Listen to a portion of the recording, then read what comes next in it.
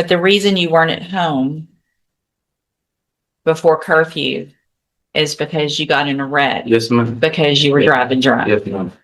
You didn't know you had community service hours. I don't believe that for a second, but I'll put Yes, not ma'am. true on it. So you had a wreck while you were driving drunk. Are you Herbert Riley? Yeah. And will your client waive the formal reading of the motion? Here we are. Mr. Riley, in clause number 23, DCCR 0262, I have a motion to revoke your community supervision. Shows that you were placed on probation June 11th of 2024 for evading arrest or detention with the use of a vehicle, third-degree felony. That was an 8-year term in prison that was probated for 8 years. Is that correct? Yes. The motion alleges that you violated your probation. Count 1 alleges that you committed the offense of driving while intoxicated, a Class B misdemeanor, on March 31st of 2026 here in Jefferson County, Texas. Is that true or not true? Yes. True or not true? True. Thank you. Count 2 alleges that you violated the condition of your probation to avoid injurious or vicious habits and that you tested positive for alcohol March 19th of 2026. Is that true or not true? Count 3 alleges that you violated the condition of your probation to conduct yourself in a courteous and professional manner at all times. And it states that you were belligerent and combative, refusing to comply with the directions when you were arrested by the Port Arthur Police Department on March 31st of 2026. And is that true or not true? I'm sorry. True. Count 4 alleges that you failed to provide verification of performing the community service hours as required. Is that true or not true? I didn't know about that. He said he didn't know I about it. didn't. You didn't know you had community service hours. I don't believe that for a second, but I'll put Yes, not ma'am. true on it.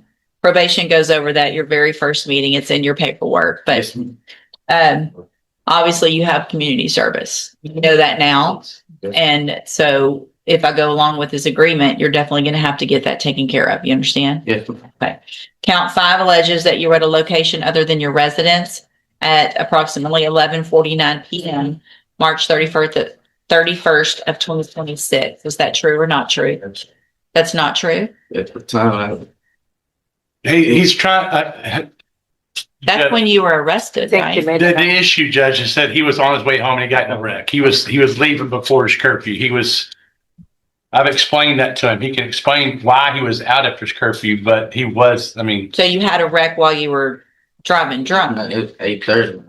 When I stayed up the street. where were you at 11:49? Were you at I home? was gone. I was in the cop car. Okay.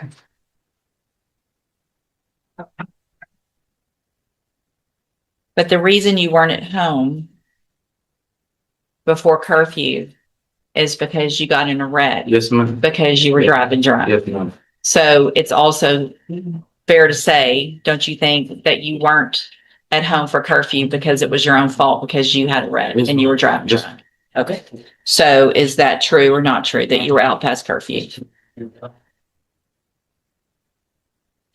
Count 6 alleges that you provided a urine sample, which this is the same really as the other one. This says he tested positive for alcohol. Yes, will be. So, okay, so count 7. Same with 7, Judge. I think maybe we could just move to 8 and be finished with it. Okay, yeah, those are the same.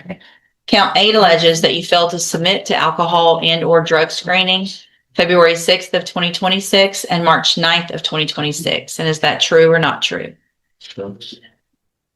And then count 9, that was count 8, I'm sorry. Count 9 alleges that you failed to pay your court assessed fees as directed. As of April 2nd of 2026, you were $685 behind. Is that true? Yes, sure. Okay. Did you enter your pleas of true to counts 1, 2, 3, 5, 8, and 9 freely and voluntarily? And did you plead true to those because they're actually true? So this agreement says Safe P from the beginning. Am I to assume that Right. he's already been through Safe P? I think if the court would allow, Ms. Cole has some things to add about that and a little bit about his attitude for the court to maybe help us get off on the right track if you follow this agreement. I did also inquire with Port Arthur Police Department yesterday about that new offense. It has not yet been submitted.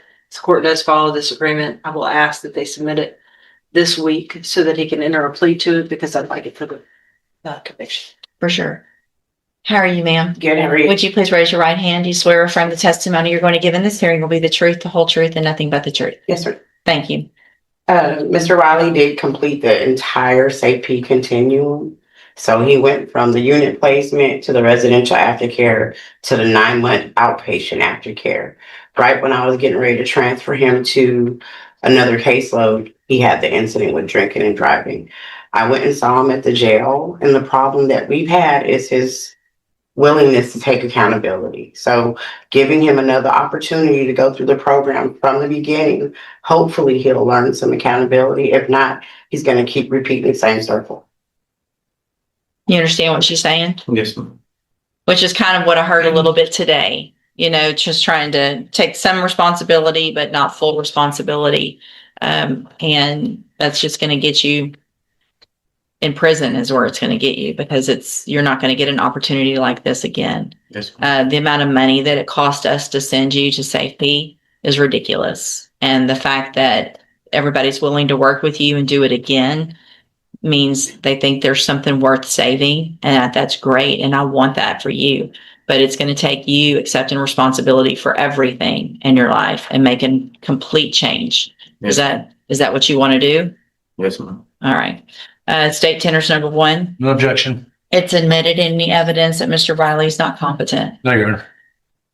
All right, sir, I'm going to find that you entered your pleas of true to counts 1, 2, 3, 5, 8, and 9 freely and voluntarily. Find those counts true. Find sufficient evidence at this time to revoke your probation, but I'm not going to do that. I'm going to follow this agreement. I'm going to continue you on probation. I'm going to order that as a condition of your probation, you enter and successfully complete the SAFE program. Take advantage of it, learn from it. You should have all the tools when you get out of SAFE to never make these mistakes again. Yes, ma'am. Because if you do, you've already agreed to an 8-year sentence. So if you're back in here, you're looking at that 8 years that you've already agreed to. No negotiations. If you violate your probation, is the 8 years. You understand? Yeah. All right. So I'm going to hand you the trial court certification that shows this was an agreement that I followed, and so you waived your right to appeal. I wish you the best of luck, sir. It's print. Give me just a second.